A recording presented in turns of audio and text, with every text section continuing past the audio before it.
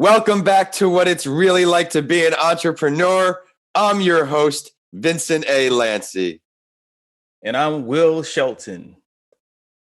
Welcome to episode number 3 of season 7. So, what can you expect from this platform? Each week, I interview a different entrepreneur from across the globe. I will continue to offer episodes in all industries to provide you with many different perspectives. You never know which motivational journey will inspire you most. Each guest will take you through their story and help you learn from their successes and lessons learned. My guest on the show today is someone who connected with me after hearing the show and wanted to join the community of entrepreneurs. Today's guest founded Wil Power Integrated Marketing, or WPIM, in 1996 as a full-service consumer engagement and marketing company specializing in urban beauty salon and barber shop marketing.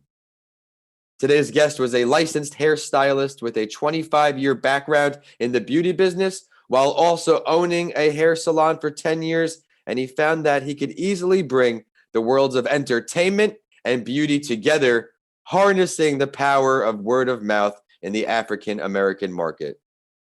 Now, WPIM is positioned in more than 40 urban markets nationwide with well-established business relationships in over 75,000 African American, Hispanic, and general market beauty salon and barber shops. He has a powerful story of perseverance to share as his agency was nearly lost in the beginning of this COVID-19 lockdown. The global brands he had been working with were some of the first businesses to close when the pandemic hit. This caused his business to reach a screeching halt, but he pivoted as a true entrepreneur, started giving back to his communities, and we're going to get into all of this and more. So allow me to now introduce Mr. Wil Shelton. Wil, it's great to see you, and thank you so much for coming on the show. Thank you for having me. Absolutely. Would you mind please previewing your story a bit to our listeners without giving away too much of your entrepreneurial journey?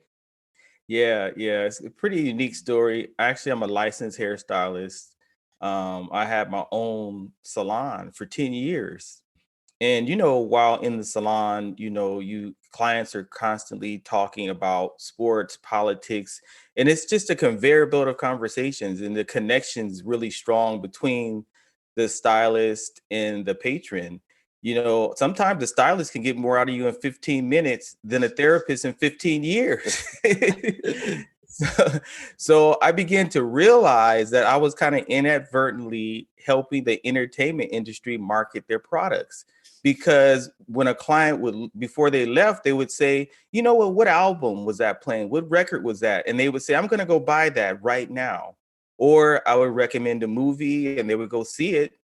And they would say, hey, look, recommend another one. So I thought I had this epiphany. I said, you know what? I think I'm going to go and write a proposal and let all the movie studios and record labels know that this is a captive, receptive audience in the shops and that they can connect with that African-American consumer right there in a trusted environment. And that's how it started. Yeah, you saw an opportunity really and you ran with it. Yeah. I mean, I thought about it like if I have nothing right now, I have nothing to lose, So I just said, let me shoot my shot. Let me pitch it to them and I'm going to see what happens. I love it. I think it's a great time to get to the big 5, Wil. On each episode, my guest and I will go over these 5 questions to help you, the listeners, learn what it's really like to be an entrepreneur. Are you ready to go, Wil? Yep, I'm ready. Let's do it. So when did you realize that you either weren't happy with what you were doing or you needed some kind of change to truly start this entrepreneurial journey? Please share your story. Yeah, in the shop I was in, I was about there for maybe a year when I opened my shop. And then I figured out that maybe I'm a marketer disguised as a hairstylist.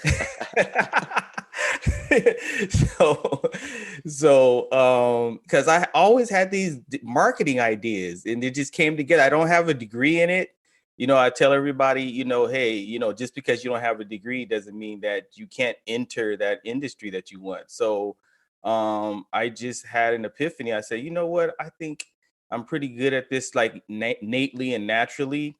So when I saw that opportunity and I saw what I had in front of me that I think was a blind spot for global brands, I decided, let me go after this and let me see what happens, because I always wanted to be a giant in the hair industry. I didn't know how it was going to manifest, but when I first entered, I said, I want to be a giant in this industry one day. So that's how that began. Well, let's delve a little deeper here, Wil. Who was your first client on that large scale when you made the jump? Who was number one? It was Sony Pictures. I didn't even go after any smaller brands. I just went. I was gonna say, yeah. I was like, you know what? I'm just gonna be like David and Goliath. I'm going for the big one, So I went in and I pitched to Sony Pictures. There was a movie coming out called Two Can Play That Game. I think it was around 1997 or 98. And they invited me down to the office to speak to the marketing director, and he loved the idea and they hired me. And that was my first my first job. That's amazing. I think that's a great lesson to everybody listening on. Just take the risk. You never know what will happen. He went in it for Sony, didn't even put his feet in the water, just jumped in the pool and made it happen, man. That's very impressive. But since you've been on this entrepreneurial path now, what would you say one or two of the most difficult parts of being an entrepreneur are for you? You know what? For me, and I think a lot of the listeners are gonna connect with this. I think it's fear. I always tell people, never allow fear to hold you back. Fear is merely false evidence appearing real. So that's one of the biggest hurdles for most entrepreneurs. The other one is, you never limit your point of entry. That means that, some people feel they're too young or they're too old or they don't have a degree and they hold themselves back. But if you have nothing, you have nothing to lose. So you have to get comfortable leaning into the discomfort, because the more you live in discomfort, the more you're going to grow. In business, there are going to be hardships, there's going to be ups and downs, and you have to be able to overcome the adversity and be resilient, because you know what, Vincent, you become what you overcome. Couldn't say it better. We've been, even before the episode when we were chatting for a bit, just this talk of persistence, resilience, just sticking to it, and it will work. But you made a great segue there where we're always kind of paying attention. What is one lesson or failure that you pay attention to? One lesson learned, and what did it teach you? Why is it still stuck with you all the way until today? For me, I think the lesson learned was never let anyone convince you that you cannot achieve your dreams. You know why? Because they don't know you like that. They have no idea who you really are. So don't even waste your time trying to convince them. Just keep the main thing the main thing. Keep working your plan, keep working your purpose, handle your business, because what you do speaks louder than what you say.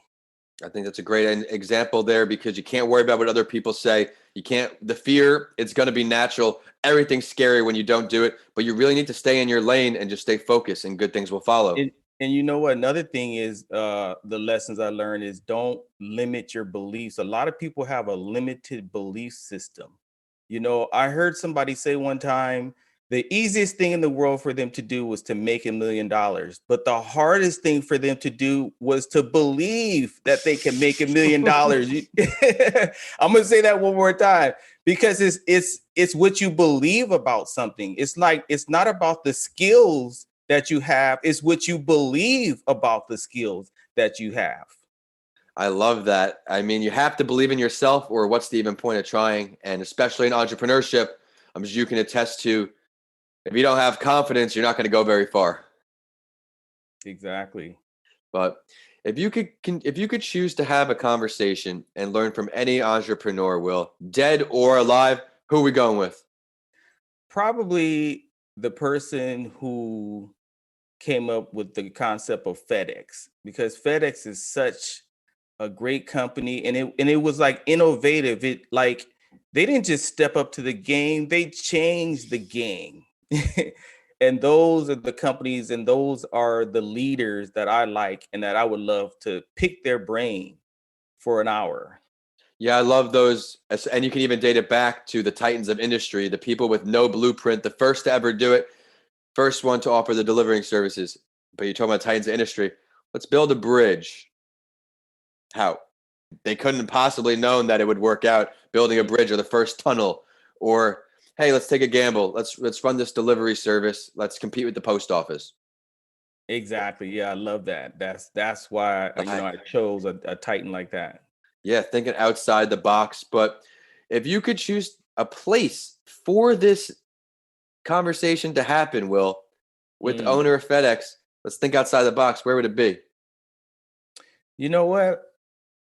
Probably in a weight room. I like that. How come? Because, for me, I'm a weightlifter. And that's been a foundation for me for applying the discipline, the devotion, the commitment that it takes. And I use those same disciplines in business and in my life because, I look at it as I lift the weights up and the weights lift me up as well. So a weight room is a way where you can have good camaraderie, you can have a good workout, you get your endorphins up, and you could just have a good conversation, I think, in a weight room, just having a good workout. I love that. That's definitely a unique answer. I generate a lot of thoughts when I'm working out. Also, when I'm about to fall asleep, I usually get a couple good thoughts as well. But those 2 moments for me, filled with ideas. Mm-hmm. But let's look into the future a little here, Wil. We're going to look 1 year and 5 years out. Where do you see yourself and all of your entrepreneurial endeavors 1 year from today? Only 1 year? No, well, I would say at least 1 year, I see myself coaching companies on how to connect with the Black audience. I see myself writing books, speaking about how to live a life that outlives you. Because one day your life is going to flash before your eyes, but you want to make sure it's worth watching. That's the truth. You got to make sure we're not wasting any time out here. It's a great, great point. And that took also 5 years, Wil. 5 years. What are we seeing?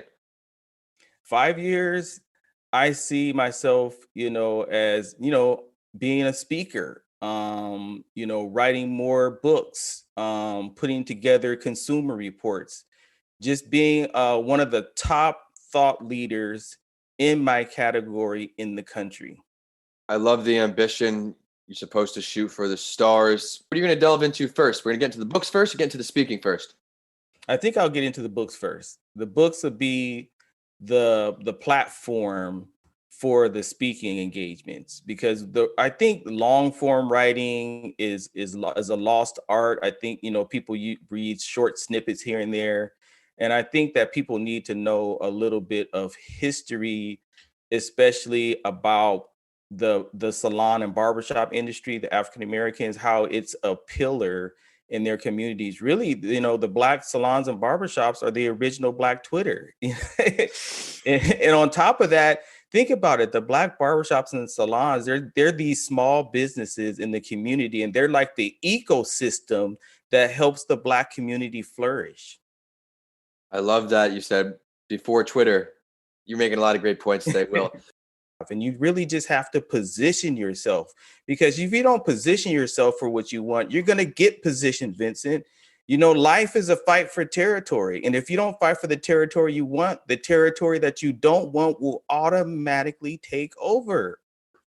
Man, you inspired me throughout this whole episode. I think it's great what you point out there to appreciate the things you have and be grateful for those. It's important not to have that victim mentality where I need more or I should have more. And that's a big actually ingredient in my new book, Mr. Lanci Talks Mental Health. I talk about the acts of being grateful, how important it is for your mental health and how far it can actually propel you into reaching success. Yes, that's right on point. But Wil, I have to thank you so much for coming on the show today. I know our listeners are going to see all the value in the show. I loved how you gave the listeners the confidence right away. You said, my first sale, I went in for Sony. I didn't even take it slow. I believed in myself. And that's a perfect example of, granted, it doesn't always happen like that. And more times than not, it will not happen the first time for a big one. But the fact that it can, if you believe in yourself, is a huge message. I loved how you describe false evidence as just not right. It's not appearing real. And I also loved how you chose the weight room for your meeting with the entrepreneur you'd like to meet because of why. And I think that might give some entrepreneurs some motivation to not only get to the weight room, but to start using those thoughts that they create. But I think it is time for the last word. And I also do this on my other podcast, A Mental Health Break with Vincent A. Lanci too, because I want the listeners to really get to know my guests. Is there something you would like to share with everybody listening that we not get to touch on yet today? Yeah, well, I touched on it a little bit, but I wanted to let people know that I'm a semi-professional weightlifter. I've been actually weightlifting for 38 consecutive years, 3 to 5 days a week. Wow. And I actually just had a weightlifting competition this past Sunday and I won. Congratulations. I'm almost 52 years old now, and I lifted more weight than the 20-year-olds and the 30-year-olds did. So and what I get from that is, like I was saying earlier, the devotion, the dedication, the discipline, the constant overcoming adversity. I've applied that in every other area of my life. And then, like I said, you become what you overcome. Be persistent, be consistent. Certainly the themes of this episode will. Perseverance, perseverance is, doing the hard work that you already did after you're already tired of doing the hard work that you're going to do. I love the mindset. I love the positivity. It's going to be contagious for our listeners. Would you now please take the time to share your professional social media, your website, any ways for our listeners to either request your services or follow your endeavors? Sure, they can reach me if they can direct message me on Instagram. That's I am Wil Power with one L. And Facebook, the same thing. I am as in Mary, Wil Power. And then they can email me at Wil with one L at willpowerent.net. Everybody be sure to check out his social media and content. And it is also social media time for the show. And we're on whichever platform you like to use. We're at What It's Really Like to Be an Entrepreneur on LinkedIn. We're at Your Favorite Morning Podcast on Instagram and Facebook. And we're at Podcasts by Lanci on Twitter. So you have updates from this show and A Mental Health Break with Vincent A. Lanci. Of course, my handles are at Vincent A. Lanci for all social media and YouTube. And my website is vincentalanci.com. If you check out my books, DM me. I would love to hear from you all. We have Mr. Lanci Talks Mental Health, Left for Dead, A Story of Redemption, and How to Transform Your Mindset When the Norm is Changed, all on my website now. And as always, I will end the show with a quote that inspired me and know it will for you too. This one is from Craig Newmark. He said, "You need to know when enough is enough regarding money and material possessions. You don't have to have that much to be happy." Thanks for listening, and I'll see you all on the next episode of What It's Really Like to Be an Entrepreneur.